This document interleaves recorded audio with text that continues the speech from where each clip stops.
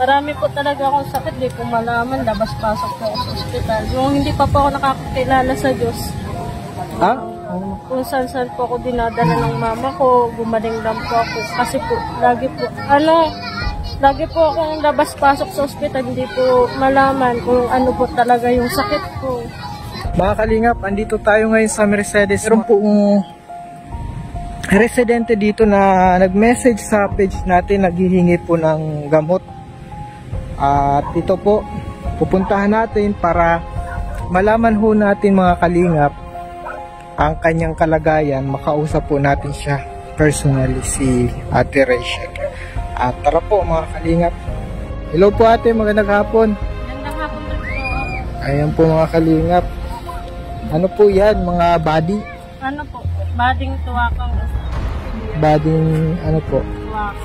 Tuwakang. Mga kalingap. Yan po dito sa Mercedes. Kamusta ate ang buhay-buhay? Dito ang buhay sa Mercedes. Ayos lang po. Kahit mahirap, tamang tiyaga lang para kumita. Garagastos sa araw-araw. Okay. Parang sa nakikita ko sa'yo ate, ano ka eh? Parang ano ka, may nararamdaman ka? Meron po. Kaso kapag iniisip ko yung sakit ko, lalo lang po ako nangihina. Ano ba yung sabi sa'yo ng sakit mo? Sabi ng ano, nagpa-doktor ka na ba? Opo. May baradong ugat po sa puso. Sa puso?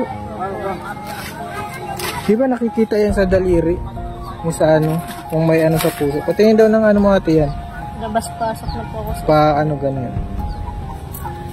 Parang normal naman. Usually kasi nangingitim yung daliri ng mga may sakit sa puso. Ngayon na po, nahangad po sa Diyos na magkaroon na rin po ako ng isa pang anak kahit babae. Pero yung akala kong buntis ako, yung pala hindi po. Nag-ultrasound po ako para talaga pong malaman kung buntis po talaga ako. Pero nakita po sa ultrasound po ay hindi naman po. Hindi naman? Opo. Siguro po gawa po sa PCOS kaya hindi po ako mabuntis-buntis. Marami po talaga akong sakit, di po malaman, labas-pasok po ako sa ospital. Nung hindi pa po ako nakakakilala sa Diyos. Kung saan-saan po ako dinadala ng mama ko, gumaling lang po ako. Kasi po, lagi po akong labas-pasok sa ospital, hindi po malaman kung ano po talaga yung sakit ko. Kasi, Toy, ito yung anak mo. Hello, Totoy. Anong pangalan mo, Totoy? Anong pangalan mo? Mapunta kami sa Padusdusa sa may video. Saglit lang kami nila Tikika. Naranasan ko rin po ipagamot ako ni Mama sa albularyo. Sa ospital po, gumagaling man po ako pag nakakainom pa ako ng gamot. Pero pag hindi po ako nakakainom ng gamot, babalik na naman po yung nararamdaman ko. Hanggang sa isang may nakilala akong isang kapatiran, nag-share ng motivate. Parang may tumimo sa puso ko na yun, nagbasa ng Bible, hanggang sa nagkaroon ako ng tiwala sa Diyos, nanalangin ako. Stress na din po ako dati kasi dahil sa gamot ko, dahil sa labas-pasok ko sa ospital, naubos ko yung puhunan ng asawa ko. Hanggang sa naibenta namin nung pandemic yung pinagkakakitaan namin na food cart. Wala nang kumbaga paano yung hanap buhay mo ngayon? Nawalan po kami ng hanap buhay hanggang sa nakipagsapalaran po kami ng pandemic sa Batangas. Nakipagsapalaran po yung asawa ko na... Paano kayo napunta dito sa Bicol?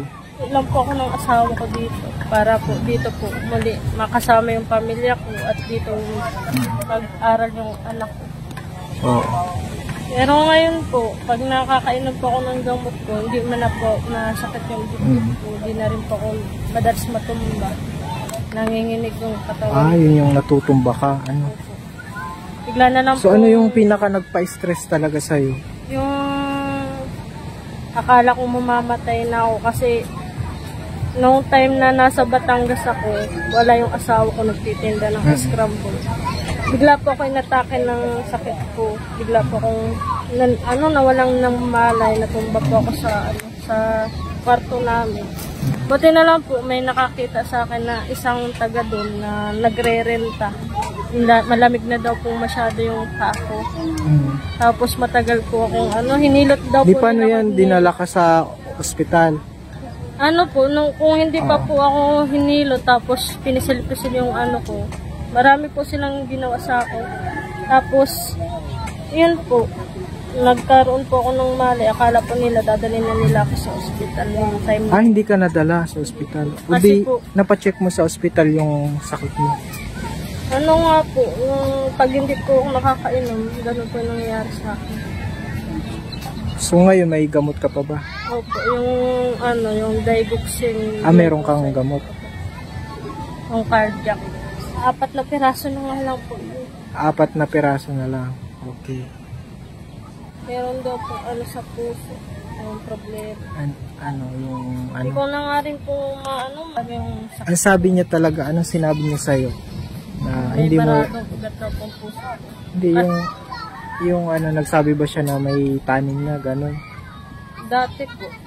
Ano sabi niya? Sinabihan ka ng... Opo. Kaya po sinabihan ka ng doktor sa ospital. Ano sabi niya? Pakasabi niya? Na po, may taning na po talaga yung po. Kasi po, nun lagi po talaga akong labas-pasok na sa ospital. Tapos May taning na? Iba na po ang kulay. Gaano ka tagal daw yung taning niya?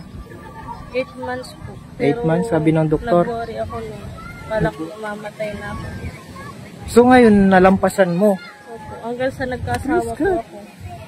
Ubi ilang years ka na ngayon na Na po, 7 years na po akong buhay ngayon. Pero 8 months yung sabi, Ibig sabihin niya na yung miracle ng Panginoon. Nagtiwala po ako sa Diyos kasi yun po yung Kung hindi pa ako nakakilala sa Diyos at hindi po ako nagbago sa paniniwala ko, siguro po matagal na po akong wala. Matagal na po akong patay. Kasi sa sakit ko pa lang, pag inaatake ako, stress na po talaga ako. Parang gusto ko na pong sumuko, pero ang sabi ng Panginoon, lagi po siyang andyan. Basta't magtiwala lang sa mga pangako niya. Wow, 8 months, sakit sa puso. Hindi ko rin po kasi alam kasi madami po akong sakit dati Parang nagkakomplikasyon na po. Pero ngayon, kamusta na yung karamdaman? May time pong inaatake pa rin po ako. Lagi pa rin pong sobrang sakit ng puso ko pag napapagod. Lalo na po pag nagagalit ako. Yung tibok po ng puso ko lumalakas. Tapos may time na nanghihina po talaga ako pag nagagalit. Tapos pag nasusobrahan po ako ng pagod, yan po. Nahirapan na po ako maghinga. Tapos naninikip na po ang dibdib. Ngayon pala yung Kaya po bawal po sa akin sobrang pagod. Dapat chillax ka lang, Pero hindi rin naman.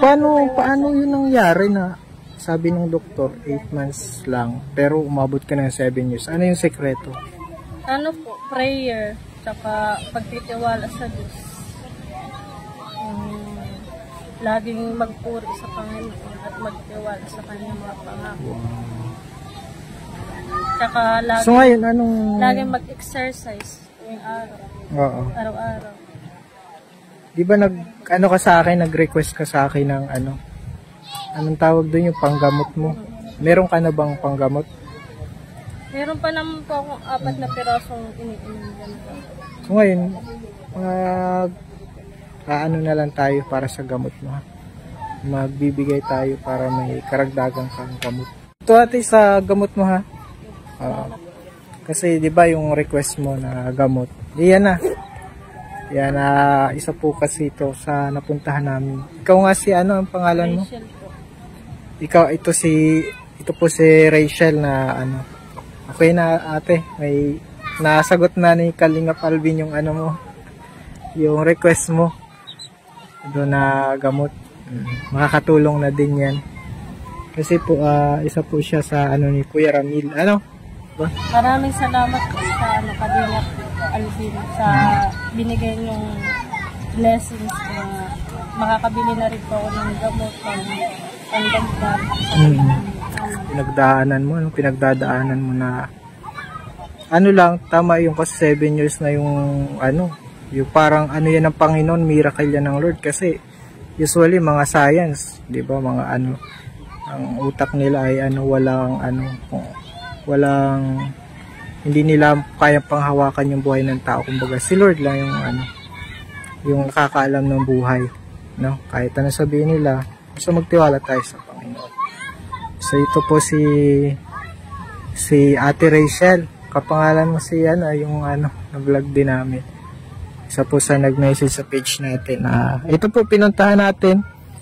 So yung kaya po naming mapuntahan, mga kalingap, pinupuntahan namin pag na-message sa page namin. Pag medyo malayo, pasensya na po at hindi namin mapupuntahan. Maraming salamat po at nandito po tayo ngayon sa Mercedes. Tulong po para sa mga nangangailangan na pag nakita natin na legit, pinupuntahan po natin.